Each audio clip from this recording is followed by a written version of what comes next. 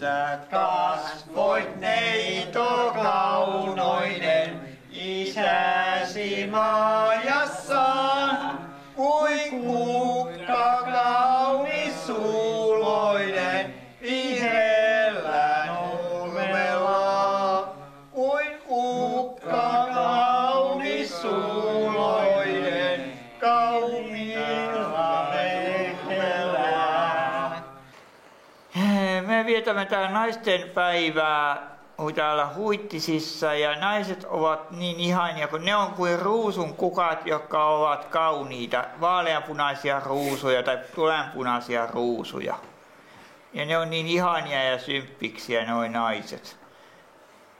Ja se on elämän eliksiiriä se naiset, että se antaa voimaa. Se on niinku joku voima, mikä nainen antaa miehelle, niin se on niinku lannotetta.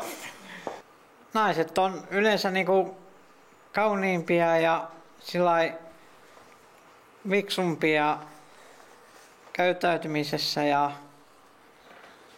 osaa kaiken niinku tehdä.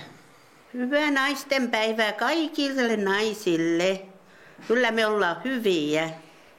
Jaha, miksi on ihana olla nainen? No, varmaan sitten sen takia, kun itsellä on oma aviomies ja muisti minua aamulla jopa kahvilla.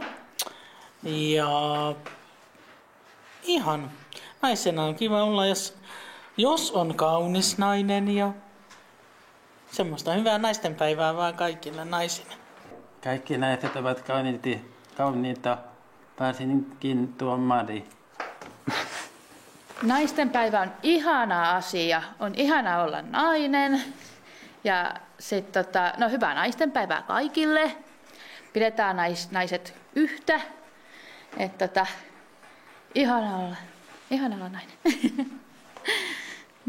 Tyttöystävä on kaunis nainen ja naiset on muutakin ihania ja hyvää naistenpäivää kaikille.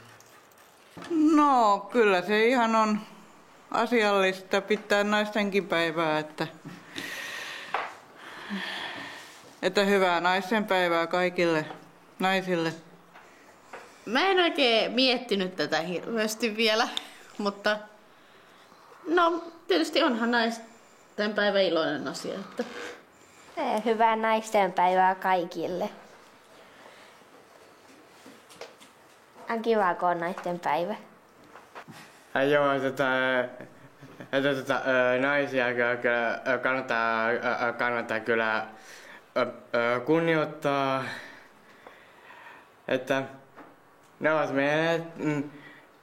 ovat meille tärkeimpiä, että naiset ovat meille miehille hyvin tärkeitä meidän elämässä. Hyvää naistenpäivää! Kaikille naisille. Kuin